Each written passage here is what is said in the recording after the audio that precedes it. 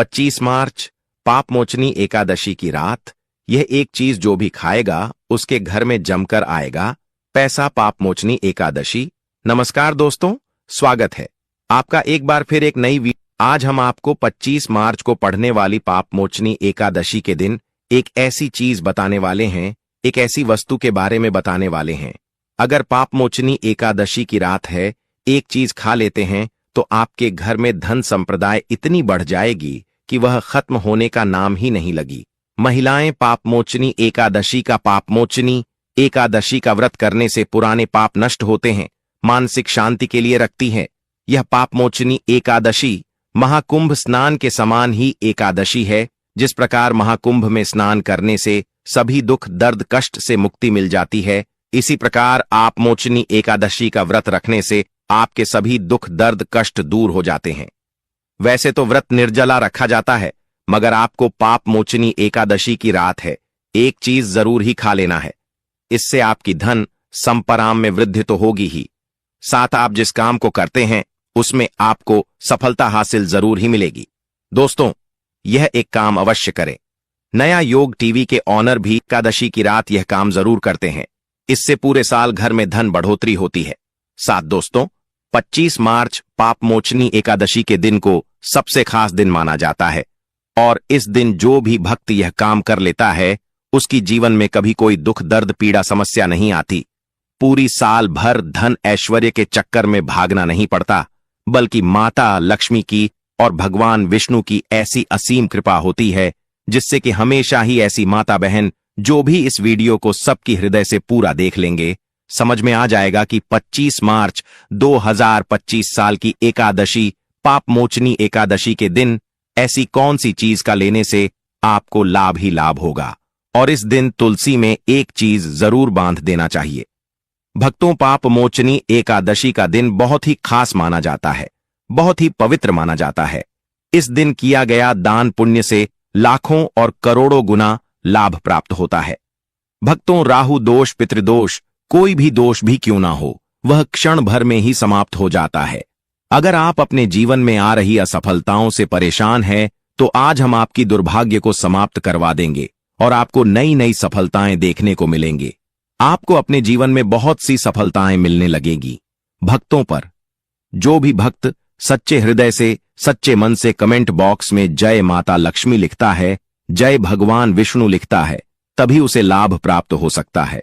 और भक्तों के साथ में हम आपको यह भी बताएंगे कि 25 मार्च पापमोचनी एकादशी के दिन कौन सी चीज खरीद लाने मात्र से व्यक्ति को लाभ ही लाभ होता है। यानी कि ऐसी कौन सी चीज आपके घर में खरीद करके पापमोचनी एकादशी पर ले आना है। फिर देखिए, अब आपके जीवन में आपको नई नई चमत्कार होते हुए दिखेंगे। अपने जीवन को चमकाने के लिए भक्तों इस चीज को घर में पापमोचनी एकादशी पर जरूर ले आना। इसलिए जय माता रानी अवश्य लिखें।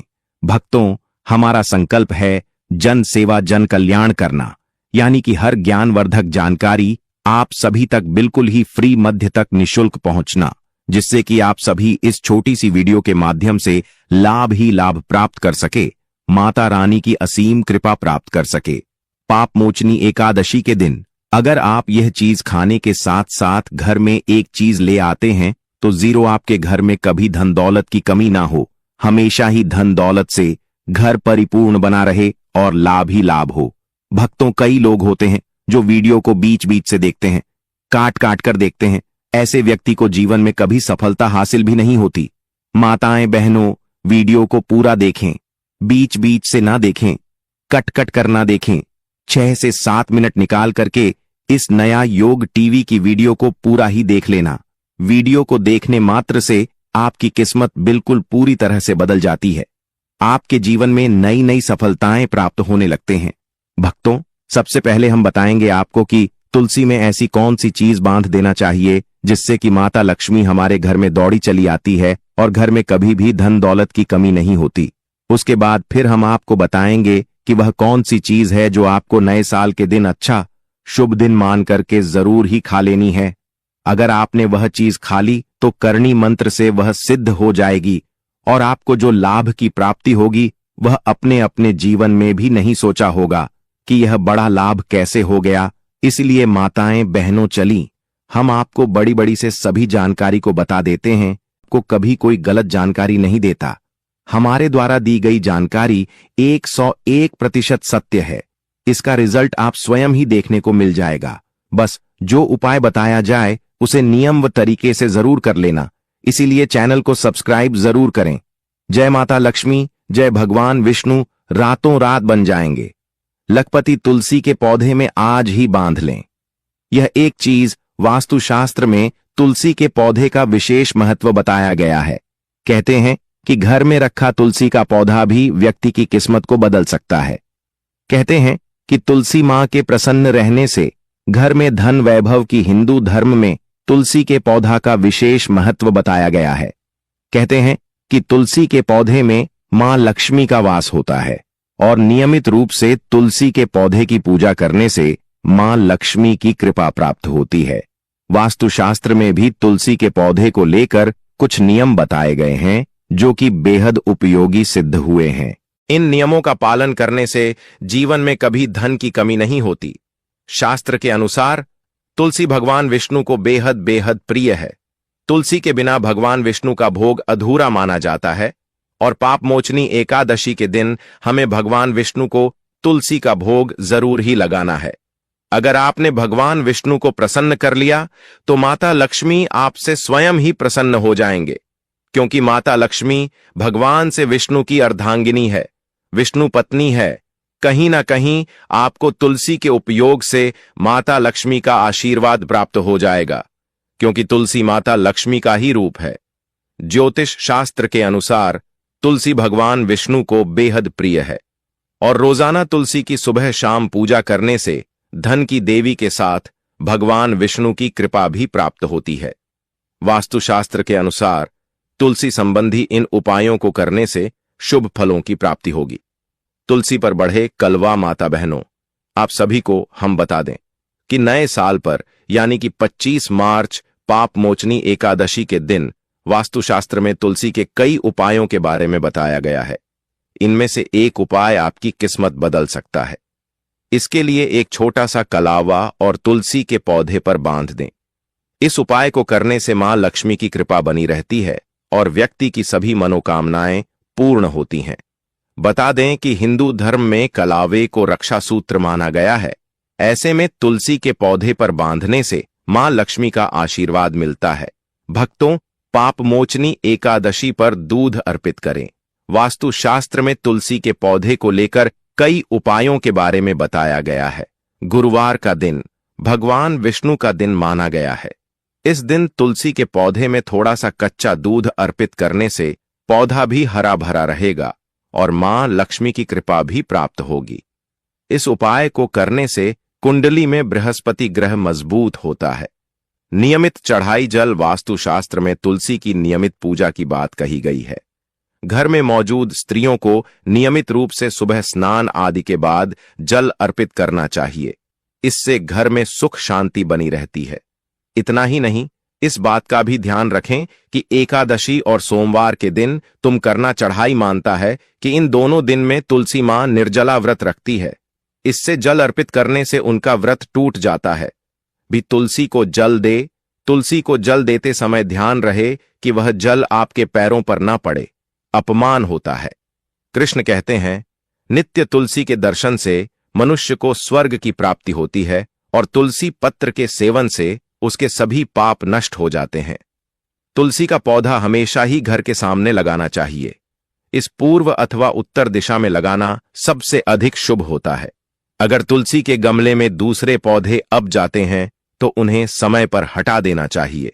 अगर तुलसी के ही अन्य पौधे हैं तो यह पौधे दूसरों को दान में देने चाहिए। कहा जाता है कि जब घर में एक से अधिक तुलसी के पौधे अपने आप उगने लगते हैं तो घर में साक्षात माता लक्ष्मी का आगमन होता है। दोस्तों, आपकी जानकारी के लिए बता दें, पाप मोचनी एकादशी का व्रत महिलाएं अपने परिवार के ऊपर आए हुए संकटों से लड़ने के लिए, उन पर विजय प्राप्त करने के लिए रखती हैं। 2025 में साल की पाप मोचनी एकादशी के दिन भद्रा का साया रहने वाला है, क्योंकि 29 मार्च को साल का सबसे बड़ा सूर्य ग्रहण लगने वाला है, जिसका प्रभाव कुछ दिन पहले से ही दिखाई देने लगेगा। तो हमें इस साए से बचने के लिए क्या उपाय करना चाहिए, पूजा विधि क्या रहनी चाहिए, किस समय व्रत रखना चाहिए और किस समय व्रत का पारण करना है, यह सब जानकारी हम आपको बताने वाले हैं। दोस्तों, आपको यह तो पता ही होगा कि एकादशी का व्रत निर्जला व्रत रखा जाता है, जो कि महिलाओं द्वारा रखा जाता है। लेकिन कुछ चीज ऐसी हैं जिनका सेवन हम व्रत में कर सकते हैं।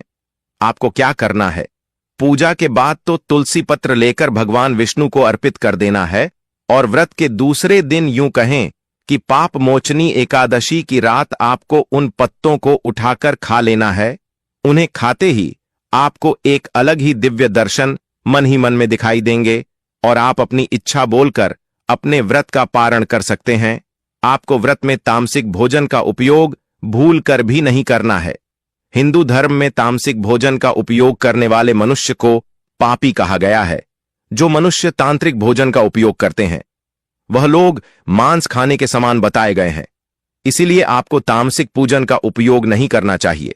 इसके अलावा आप फल फ्रूट फरार कर सकते हैं। पाप मोचनी एकादशी 2025 में व्रत रखने वाले भक्तों को सात्विक और शुद्ध आहार ग्रहण करना चाहिए। इस दिन कुछ विशेष खाद्य पदार्थ व्रत के लिए शुभ माने जाते हैं, जबकि कुछ को पूरी तरह से त्यागना चाहिए। व्रत में क्या खाना शुभ रहता है? फलाहार, केले, सेब, अंगूर, पपीता, अनार, नारियल पानी आदि का सेवन व्रत में कर सकते हैं। इसके अलावा साबूदाना, साबूदाने की खिचड़ी, खीर, पराठा या वड़ा मखाना, भुना हुआ मखाना, मखाने की खीर या सब्जी सिंघाड़े और कुत्तू का आटा, पराठा, पूरी या हलवा, दूध और दूध से बने पदार्थ, दही, छाछ, पनीर, खीर, शकरकंद और आलू, उबले या सेंके हुए गुड़ और शहद, मिठास के लिए नमक, सेंधा नमक का प्रयोग करें। व्रत में क्या नहीं खाना चाहिए? भक्तों, कुछ ऐसी भी चीज है जिनका सेवा नाम है पाप मोचने एकादशी के व्रत में बोलकर भी नहीं करना है। अनाज, गेहूं, चावल, जौ, दालें आदि नमक, साधारण नमक का सेवन वर्जित है। केवल सेंधा नमक ही खा सकते हैं। प्याज और लहसुन, तामसिक भोजन वर्जित होता है। मसाले, हल्दी, गरम मसाले, राई आदि नहीं खाने चाहिए। मांसाहार और शराब पूर्णतः वर्जित है। तला भुना खाना, अधिक तैलीय या मसालेदार भोजन न करें। चाय और कॉफी, इससे बचना चाहिए। इसके स्थान पर दूध या जड़ी बूटी वाली चाय पी सकते हैं। आप मुझे नहीं, एकादशी का हिंदू धर्म बहुत ही अधिक महत्व है। इसका व्रत रखने वाली महिला और पुरुष को हमेशा ही लाभ की प्राप्ति होती है।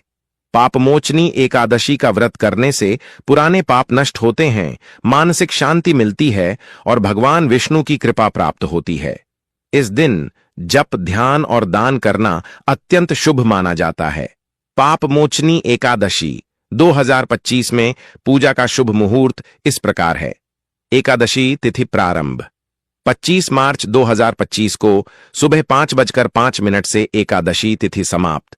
26 मार्च 2025 को सुबह 6 बजे 2025 को सुबह 3:45 तक पूजा का शुभ मुहूर्त। 25 मार्च 2025 को सुबह 9:22 से दोपहर 1:57 तक व्रत पारण। व्रत खोलने का समय 26 मार्च 2025 को दोपहर 1:41 से 4:08 तक। इन समयों में भगवान विष्णु की पूजा और व्रत का पालन करने से विशेष लाभ प्राप्त होते हैं। दोस्तों, हमने आपको यह जो नियम बताए हैं, इनका आपको विशेष ही ध्यान में रखकर उपयोग करना है।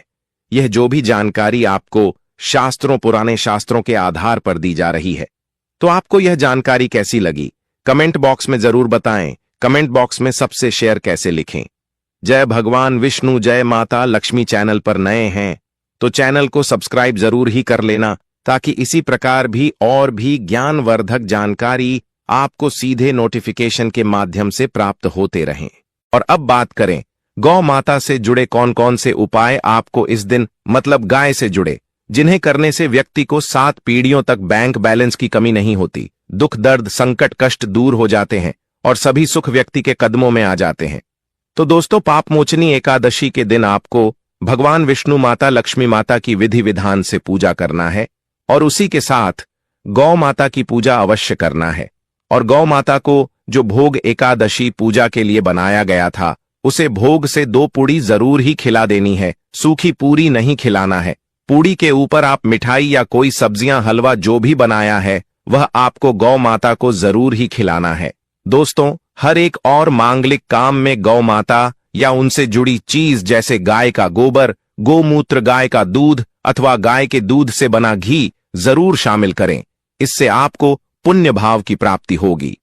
सनातन परंपरा के अनुसार जिस घर में गाय होती है उसे घर से जुड़े सभी वास्तु दोष स्वयं खत्म हो जाते हैं, क्योंकि पंचम याग के बिना कोई भी पूजा पाठ और हवन सफल नहीं होता।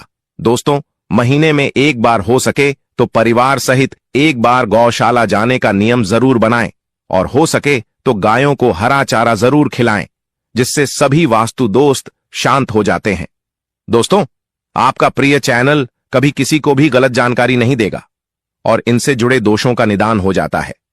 गर्मियों में गौ माता को पानी पिलाएं और सर्दी में गौ माता को गुड़ जरूर खिलाएं। ध्यान रखें कि होली वाले दिन गौ माता को गुड़ जरूर ही खिलाना है। गर्मियों में गाय को गोदना खिलाए। अनेक देवी देवताओं को अपने शरीर पर धारण करने वाली गौ माता से जुड़े कई शुभ और अशुभ संकेत भी होते हैं। मतलब गाय का दूध दौते समय यदि गाय ठोकर मार दें और सारा दूध बिखर जाए तो अपशगुन होता है। यदि कोई यात्रा पर निकल रहा हो और गाय अपने बछड़े को दूध पिलाती सामने आ जाए तो निश्चित रूप से कि यात्रा के लिए आप निकले हैं। वह यात्रा आपकी जरूर ही सफल होगी और वह जिसके लिए आप निकले हैं वह जरूर ही पूर्ण यात्रा पर जाते समय गाय की आवाज आना और रात्रि में गाय की हुंकार करना भी शुभ होता है। दोस्तों, साथ ही साथ गाय के साथ आप भूल कर भी यह काम ना करें, अन्यथा मिलता है।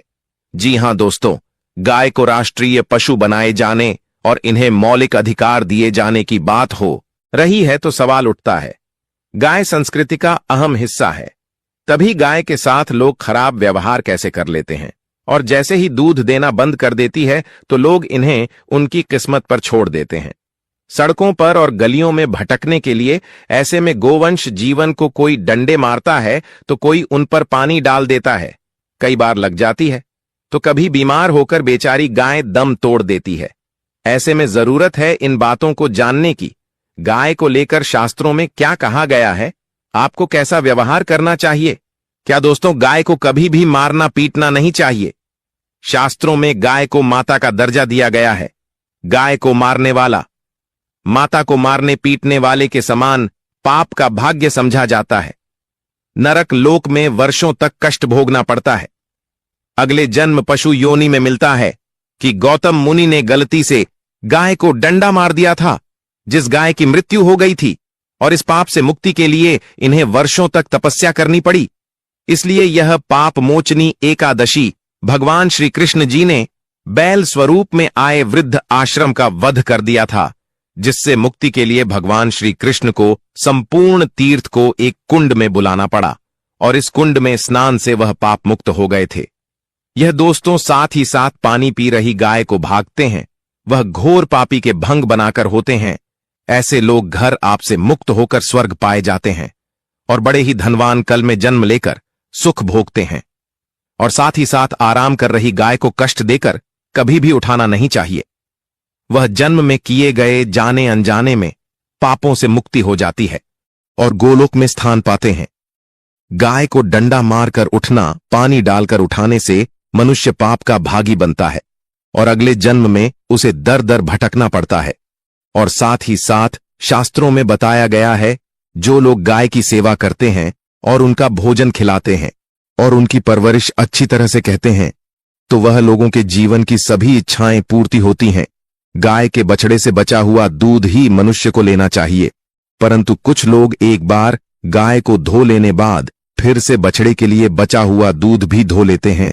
ऐसा करना घोर पाप कहा जाता है। ऐसे दूध को धोने वाला और ग्रहण भी बन जाते हैं।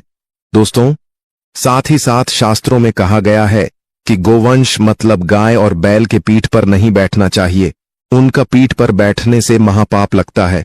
ऐसे लोगों को नरक की यात्रा भोगनी पड़ती है। एकमात्र देव के अंश के उत्पन्न नदी ही गौवंश है, जिस पर स्वयं महादेव और महादेवी सवारी करती है, क्योंकि नंदी ने स्वयं अपनी इच्छा से महादेव की सवारी बनना स्वीकार किया था। और साथ ही साथ शास्त्रों में गाय के दान को बहुत ही महत्व दिया गया है, परंतु ऐसी गाय का दान कभी नहीं करना चाहिए जो बूढ़ी और बीमार हो।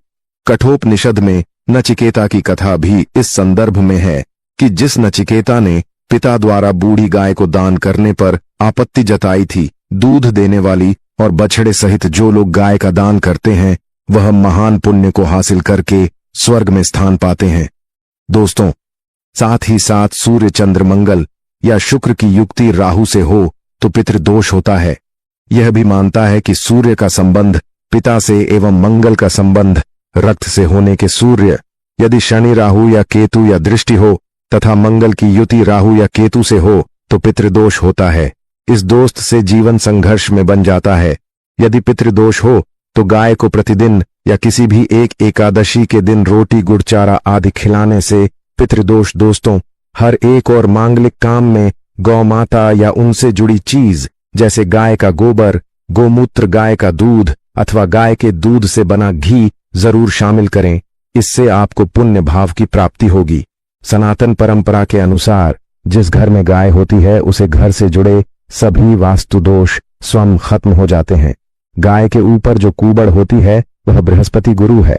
अतः जन्म पत्री में यदि बृहस्पति अपनी नीच राशि मकर में हो या अशुभ शिवलिंग में जा रहे हों और सामने से गौ माता आई हुई दिखाई दे तो गौ माता को अपनी दाहिनी ओर से जाने देना चाहिए। आपकी यात्रा जरूर ही सफल होगी। और साथ ही साथ यह संकेत भी जान ले, यदि आप यात्रा पर जा रहे हैं और सामने आपके गाय पड़ जाएं अथवा अपने बछड़े को दूध पिलाती हुई सामने गए दिखाई दे जाए तो समझ जाना कि वह यात्रा आपके लिए जरूर ही सफल होगी। और साथ ही साथ जिस घर में गाय होती है उसमें वास्तु दोष स्वतः ही खत्म हो जाता है। और आप भी रोटी बनाएं, प्रतिदिन ताजी रोटी ही बनाएं। गाय को अगर आपने रोटी बनाई है तो कोशिश करें कि उसे रोटी को आप तुरंत ही गाय को खिला दें। अगर आप उसे रोटी को रख देंगे और उसे रोटी को अगले दिन देंगे तो वह रोटी बंसी मानी जाएगी। गाय को कभी भी बासी रोटी ना दे, इसे घर में नकारात्मक ऊर्जा वास करती है और आपकी बिल्कुल भी नहीं बनेंगे। इससे आपके घर में हमेशा दर्द देवता का वास रहेगा और आप जिस भी उसे काम में आपको हमेशा असफलता ही हाथ लगेगी। इसीलिए कोशिश करें गाय को रोजाना ताजी रोटी बनाकर खिलाएं, बासी रोटी गाय को ना दें और साथ ही साथ सड़ी गली चीज गाय को नहीं खिलानी चाहिए कि घर में कोई फल है, कोई सब्जी है, सड़ जाए तो लोग क्या करते हैं, गाय को देते हैं। नहीं, ऐसा नहीं करना चाहिए। ऐसा करने से यदि आप गाय को खिलाते हैं तो और आप आपके भाग्य बन जाते हैं। और साथ ही साथ आप आटे की 11 लोई यहां बनाकर उनके ऊपर हल्दी लगा करके इसके बाद गाय को खिलाएं। हर एक लोही को मिला दें। माता गाय की आप चरणों की स्पर्श करें। या दोस्तों, ऐसा करने से आपके समस्त काम बनने लगेंगे। जो दो हक का समय चल रहा है वह भी खत्म होगा। आपके जीवन में खुशियां ही खुशियां होगी। और एक बार आप 7 बार गाय की परिक्रमा भी कर लें तो आपके समस्त कम होंगे। और साथ ही साथ आप गाय को जब भी रोटी दे, रोटी पर या तो आप थोड़ी हल्दी लगा लें, अगर अच्छा ना हो तो आप थोड़ा रख सकते हैं, थोड़ा घी रख सकते हैं। या दोस्तों, गाय को कभी भी सूखी रोटी ना खिलाए। सूखी का मतलब गए रोटी रखें उसे, पर कुछ ना कुछ रख कर खिलाए। हल्दी रख ले मिश्री की या जो भी रख ले, मतलब खाली रोटी नहीं खिलानी। इस बात का जब भी आपको शुभ फलों की प्राप्ति होगी। जी हां दोस्तों, उपाय कुछ बातें जिन्हें आपको ध्यान में जरूर रखना चाहिए। या दोस्तों, वीडियो अच्छी लगी हो वीडियो को लाइक करें।